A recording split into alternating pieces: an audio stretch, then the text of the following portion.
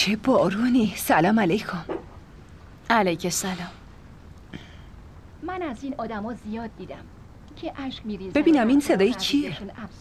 کی با بابا حرف میزنه؟ صدای خاله زیبا که نیست. دایه پسر بابا گفت که یه پرستاریه، دوست صمیمی خاله زیبا و دوست جدید بابا. چه آدمایی که بعد رفتن مامان به خونمون میان. نه بابا که اینجوری نبود. این فقط تقصیر بابا نیست، اشتباه از ما هم هست. آبده ما در خونمون رو برای غریبه ها باز گذاشتیم. خب معلومه اینطوری میشه. حالا بستن درم فایده نداره آبجی. بابا عادت کرده که با دیگران همدردی کنه. پیش هر کی میشینه میگه که دختران با هم قهر کردن.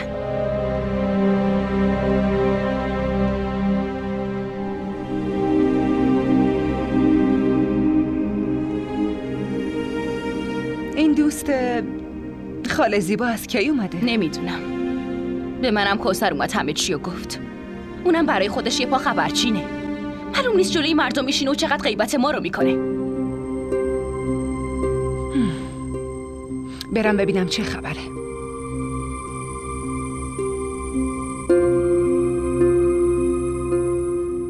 دیگه آدمی زاد رفتنیه و خاطراتش واقعا چیز بدیه. تو هر گوشه کنار خونه ببینی یه ردی ازش هست. اما من میگم همسرتون خیلی خوششانس بوده که هنوز جاش تو قلبتونه و یادش توی یه خونه هست. دیگه رابطه همین جوریه. اگه تو قلبت جایی براش نمونده باشه، اون زندگی برات بی‌معنیه. حتی اگه تو قصر زندگی کنی. درست میگی. خب شکفته تو روزایی بعد همیشه همراه هم بوده و من خاطرات خیلی خوبی باهاش دارم. اما آقا ابرار، اگه همش به یاد خاطرات قدیمی باشین، چطور میتونی به زندگیتون ادامه بدین؟ من وقتی میبینم کسی ناراحته یا از این جور حرفا میشنوم خیلی دلم سنگین میشه و حالم بد میشه. سلام علیکم. علیک سلام. ببخشید بابا امروز دیر کردم.